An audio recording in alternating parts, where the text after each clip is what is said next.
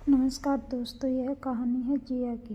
जिया एक साधारण, शांत और समझदार लड़की थी। उसका विवाह सत्यम से हुआ था, एक जिम्मेदार लेकिन काम में बहुत व्यस्त लड़का। परिवार में सास, ससुर, देवर, आदेश और ननद थी। पहले कुछ दिन अच्छे चले, मगर धीरे धीरे ससुराल का माहौल बदलने लगा। एक दिन ससुराल में बड़ी समस्या हुई। घर के खर्च के लिए रखे 15,000 रुपये गायब हो गए।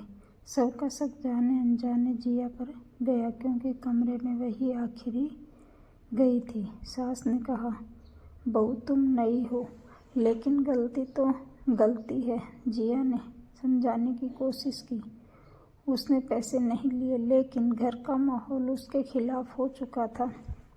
देवर आदेश चुपचाप सब देख रहा था, पर कुछ बोला नहीं। सत्यम पहले जैसा नहीं रहा। ऑफिस का तनाव अलग और घर की बातें अलग। वह जिया से कम ही बातचीत करता। जिया टूटने लगी, पर बोली नहीं। वह रोज रात को चुपचाप छत पर बैठकर सोचती, मैंने क्या गलती की, पर उससे जवाब नहीं मिलता।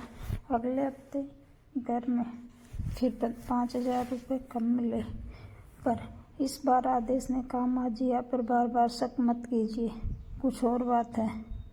पर किसी ने आदेश की बात सुनी नहीं। जिया अब घर में बिल्कुल अकेली पड़ती जा रही थी। एक रात 11 बजे जिया पानी लेने रसोई में गई। उसे किसी के कदमों की आहट सुनाई दी। धीरे धीरे वह स्टोर रूम के पास गई। अंदर से किसी के खांसने और फुसफुसाने की आवाज़ें आ रही थी। जिया डर गई, पर हिम्मत करके दरवाज़ा खोला। अंदर आदेश था। जिया ने हतप्रभ होकर पूछा, आदेश तुम यहाँ क्या कर रहे हो? आदेश चौंक गया। उसकी आंखों में डर और शर्म दोनों थे।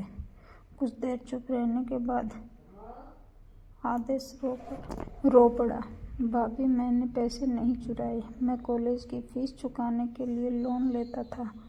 उन लोगों ने धमकी दी थी, इसलिए उनकी किस्त देने के लिए मैं घर के पैसे ले रहा था।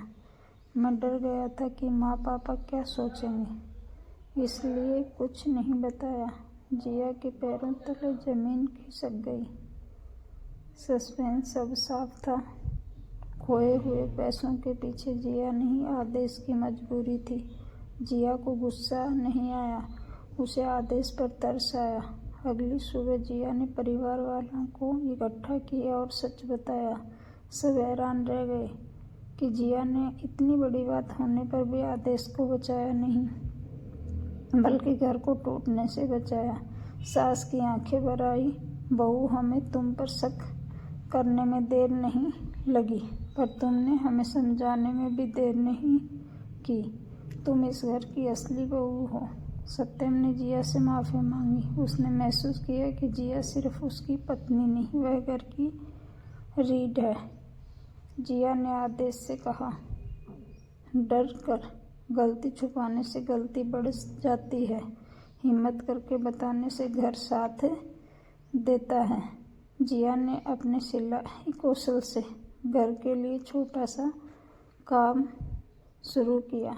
सत्यम ने भी ऑफिस के साथ घर को समय देना शुरू किया। आदेश अपनी पढ़ाई सही दिशा में लेकर चला। धीरे धीरे घर फिर खुशियों से भर गया। धन्यवाद।